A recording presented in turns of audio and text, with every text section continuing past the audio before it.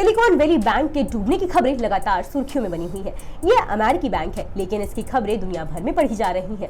India में भी इस बैंक को लेकर खूब चर्चा हो रही है। कई लोगों को 2008 के ग्लोबल फाइनेंशियल क्राइसिस की याद आ रही है।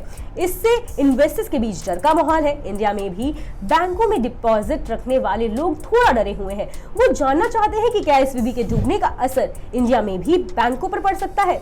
आखिर एसवीबी क्यों डूबा, इसके डूबने से सबसे ज्यादा असर किस पर पड़ेगा, एसवीबी के डिपॉजिटर्स के पैसे का क्या होगा, एसवीबी के डूबने का स्टार्टअप्स के लिए बड़ा झटका क्यों माना जा रहा है, इन सभी सवालों के जवाब आइए जानते हैं इस वीडियो में। नमस्कार, आप देख रहे हैं मनी कंट्रोल हिंदी। बॉन्ड में निवेश से एसवीबी को कितना लॉस। एसवीबी ने 8 मार्च को बताया कि उसने 21 अरब डॉलर के बॉन्ड बेच दिए हैं। इससे उसे 1.18 अरब डॉलर का लॉस हुआ है।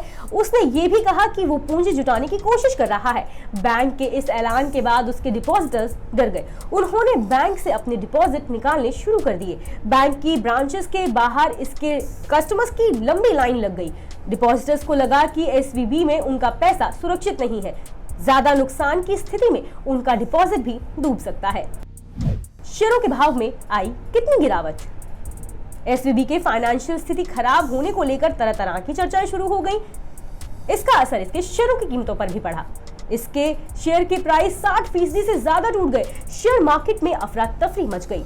इसका असर दूसरे बैंकों के शेयर प्राइसेस पर भी पड़ा। कुछ एक्सपर्ट्स ने कहा कि बैंकिंग सिस्टम के लिए ये कितना बड़ा झटका है, इसके बारे में जानने के लिए थोड़ा इंतजार करना पड़ेगा। लेकिन ये तय है कि 2008 की फाइनेंशियल क्राइसिस के बाद ये अमेरिका में किसी बड़े बैंक के डूबने की सबसे बड़ी घटना है। बैलेंस शीट नेगेटिव होने का क्या मतलब। सिलिकॉन वैली बैंक ने 9 मार्च को रेगुलेटरी फाइलिंग में बताया कि उसका कैश बैलेंस नेगेटिव हो गया है। इसका मतलब है कि उसके पास जितने पैसे हैं उससे ज्यादा उस पर देनदारी है। उसने 95.8 करोड़ डॉलर नेगेटिव कैश की जानकारी रेगुलेटर को दी। हालांकि बैंक ने कहा कि कुल वित्तीय स्थिति खराब नहीं है, लेकिन इन्वेस्टर्स और डिपॉजिटर्स ने करीब 42 अरब डॉलर के डिपॉजिट निकाल लिए।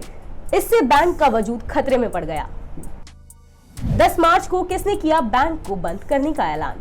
फेडरल डिपॉजिट इंश्योरेंस कॉर्पोरेशन ने 10 मार्च को ऐलान किया कि California department of protection and innovation ने सिलिकॉन वैली बैंक को बंद करने का फैसला लिया है। एफडीआईसी ने इसे रिसीवर नियुक्त किया था। एफडीआईसी ने ऐसे सभी ग्राहक जिनके डिपॉजिट का बीमा है, उन्हें बताया है कि 13 मार्च तक उन्हें अपने अकाउंट का पूरा एक्सेस मिल जाएगा। लेकिन इसमें पेश ये है कि डिपॉजिट पर इंश्योरेंस की कवर सीमा 1.5 लाख डॉलर है। इसका मतलब है कि इससे ज्यादा डिपॉजिट रखने वाले कस्टमर्स को लॉस होगा। डिपॉजिटर्स के पैसे का क्या होगा। एसवीबी के ऐसे ग्राहक काफी डरे हुए हैं जिनके डिपॉजिट का बीमा नहीं है। कई डिपॉजिटर्स को ये पता ही नहीं है कि उनके डिपॉजिट का बीमा है या नहीं। इस बीच रेगुलेटर्स की तरफ से ऐसे ग्राहकों को एक टोल फ्री नंबर पर कॉल करने को कहा गया है। अब एफडीआईसी सिलिकॉन वैली बैंक के असेट्स को बेचेगी। इससे मिलने वाले पैसे से उन डिपॉजिटर्स को पैसे लौटाए जाएंगे जिनके डिपॉजिट का इंश्योरेंस नहीं है। कब हुई थी सिलिकॉन वैली बैंक की शुरुआत। सिलिकॉन वैली बैंक की शुरुआत 1983 में हुई थी। ये ज्यादातर टेक्नोलॉजी से जुड़े स्टार्टअप्स को बैंकिंग सर्विसेज देता है। अमेरिका में वेंचर फंडों की मदद से ऑपरेट करने वाले टेक्नोलॉजी और हेल्थ केयर कंपनियों में से करीब 50% की फाइनेंसिंग एसवीबी करता था। इसलिए ये स्टार्टअप अपना पैसा इसी बैंक में रखना पसंद करते थे। ये अमेरिका का 16वां सबसे बड़ा बैंक था। साल 2022 के आखिरी में इसके असेट्स करीब 209 अरब डॉलर थे। क्या दूसरे बैंकों के भी डूबने का खतरा है। पर्शिंग स्क्वायर कैपिटल मैनेजमेंट के सीईओ बिल एकमन ने एक बयान दिया है जो डर पैदा करता है। ये बयान सिलिकॉन वैली बैंक के ध्वस्त हो जाने के बाद आया है। एकमन ने कुछ और बैंकों के डूबने की आशंका जताई है। उन्होंने कहा है कि अमेरिकी अथॉरिटीज के हस्तक्षेप करने के बावजूद और बैंकों के डूबने की आशंका है। हालांकि अमेरिकी authorities silicon valley bank crisis के बाद बैंकिंग सिस्टम में इन्वेस्टर्स का भरोसा बढ़ाने की कोशिश कर रही है। क्या इंडिया में भी बैंकों पर मंडरा रहा है खतरा।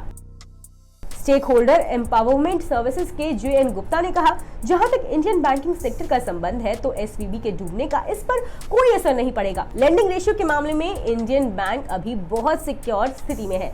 इक्विटी मार्केट की बात करें तो इसका मामूली असर होगा। दुनिया में अगर कुछ बड़ा होता है तो इसका असर हर मार्केट पर पड़ता है। नाम जाहिर ना करने की शर्त पर एक ब्रोकर ने कहा कि इन्वेस्टर्स मार्केट को करीब से देखने की कोशिश कर रहे हैं। बैंक ऑफ बड़ौदा के चीफ इकोनॉमिस्ट मदन सबनविस ने कहा, इसका हमारे बैंकिंग सेक्टर पर असर पड़ने की संभावना नहीं है। इसकी वजह यह है कि हमारा बैंकिंग सिस्टम बहुत बड़ा है और इसका इस तरह का एक्सपोजर भी नहीं है। ये मसला ये है कि स्टार्टअप की तरफ से डिपॉजिट आया था और शॉर्टफॉल की वजह से बैंक को अपने सिक्योरिटीज बेचने पड़े, जिससे इसकी वैल्यू में गिरावट आई। हमारे यहाँ ऐसी स्थिति नहीं है। एसवीबी इतना छोटा बैंक है कि इसके डूबने का ज्यादा असर अमेरिकी बैंकिंग सेक्टर पर भी नहीं पड़ेगा। रेगुलेटर इस मामले को देख रहे हैं। देश और दुनिया की तमाम खबरों के लिए सब्सक्राइब करना ना भूलें मनी कंट्रोल हिंदी के यूट्यूब चैनल को। साथ ही साथ बेल आइकन भी जरूर दबाएं ताकि अगली वीडियो का नोटिफिकेशन आपसे मिस ना हो। इसके अलावा आप हमें फेसबुक, इंस्टाग्राम और ट्विटर पर भी फॉलो कर सकते हैं। धन्यवाद।